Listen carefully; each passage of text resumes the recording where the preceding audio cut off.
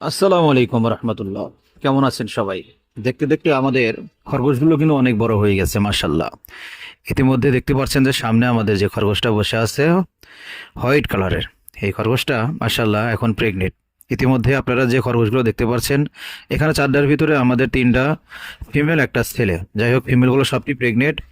আর আমরা নতুন করে এখানে বাসস্থানের জন্য আমরা নতুন দুইটা বক্স বানিয়ে দিয়েছি, যেহেতু কিছুদিনের ভিতরেই বাচ্চা দেবে, তার জন্য আমরা আগে থেকেই বাচ্চা দেওয়ার জন্য যে বক্স দেওয়ার দরকার সেই বক্সটা আমরা আগে থেকেই আমরা বানিয়ে দিয়েছি। আলহামদুলিল্লাহ, খরগোশগুলো আমরা এখন যেহেতু পাতাকপি ফুলকপি পাওয়া যায়, তার জন্য আমরা পাতাকপি ফুলকপির যে শাকগুলো পাওয়া যায়, ডাঁটিগুলো পাওয়া যায়, সেগুলো আমরা সংগ্রহ করি বাড়ির কাছ থেকেই। যত বাজার আছে সেগুলোই আমরা খেতে দিই। আর এদিকে আমাদের হাঁসগুলো মাশাল্লাহ, আপনারা যারা ভিডিও দেখেন তারা জানেন যে আমরা একদিনের বয়সের চীনা হাঁসের বাচ্চা নিয়ে এসেছিলাম। সেখান থেকে এখন আমাদের বাচ্চাগুলো দেখেন মাশাল্লাহ কত বড় হয়ে গেছে আলহামদুলিল্লাহ। চীনা হাঁস লালন পালন সম্পর্কে যারা জানতে চান তাদেরকে একটু কথা আমি বলতে চাই। চীনা হাঁস আপনি পানিবিহীন যে কোনো জায়গায় আপনি লালন পালন করতে পারবেন। চীনা হাঁসের যে বেশি ধরনের খাবার বা এক্সট্রা কোনো ধরনের খাবার লাগে তাও কিন্তু না। যেমন চীনা হাঁসের খাবার হিসাবে আপনি যা দিতে পারেন সেটা হলো কুড়া, যে ধানের কুড়া পাওয়া যায় সেই কুড়া দিতে পারেন, পাশাপাশি ভুসি বা ভুট্টা ভাঙা, গম ভাঙা, ভাত বা সবজি যে অবশিষ্ট যেগুলো, এগুলো সব একসাথে মিক্স করে এবং ভাতে যে ফ্যান পাওয়া যায় সেগুলো একটু হালকা করে দিয়ে একসাথে মিক্স করে সুন্দর করে মাখিয়ে দেবেন।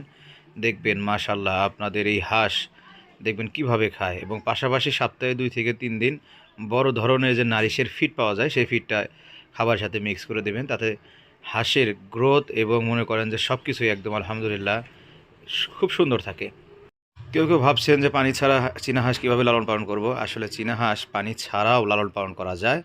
এ বিষয়ে জানতে চাইলে আপনারা ইউটিউবে সার্চ দিয়ে বৃত্তান্ত আপনারা সব কিছু A to Z জানতে পারবেন।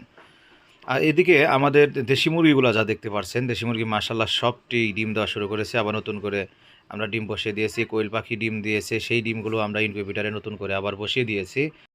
আমরা আবার কিছু টাইগার মুরগির ডিমও সংগ্রহ করেছি, সেগুলো আমরা ইনশাল্লাহ সব একসাথেই বসিয়ে দিয়েছি। ইনশাল্লাহ আমরা তৃতীয় ব্যাচে আমরা সব কিছু বাচ্চা ফুটলে আপনাদেরকে নতুন একটা ভিডিও ইনশাল্লাহ দেবো। এখানে যে বাচ্চাগুলো দেখতে পাচ্ছেন সেগুলো হলো আমাদের দ্বিতীয় ব্যাচের বাচ্চা। এবং প্রথম ব্যাচের যে বাচ্চাগুলো মাশাল্লাহ দেখতে পাচ্ছেন অনেকগুলোই আলহামদুলিল্লাহ একদম ঝরঝরা হয়ে গেছে প্রায়গুলোই, কিন্তু এখানে প্রায়ই মোরগ, মুরগির সংখ্যা একদমই কম।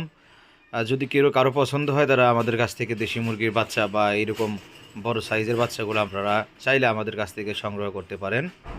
আমাদের নাম্বারটা ডিসক্রিপশনে বা ভিডিওতে দিয়ে রাখবো, আপনারা যোগাযোগ করবেন।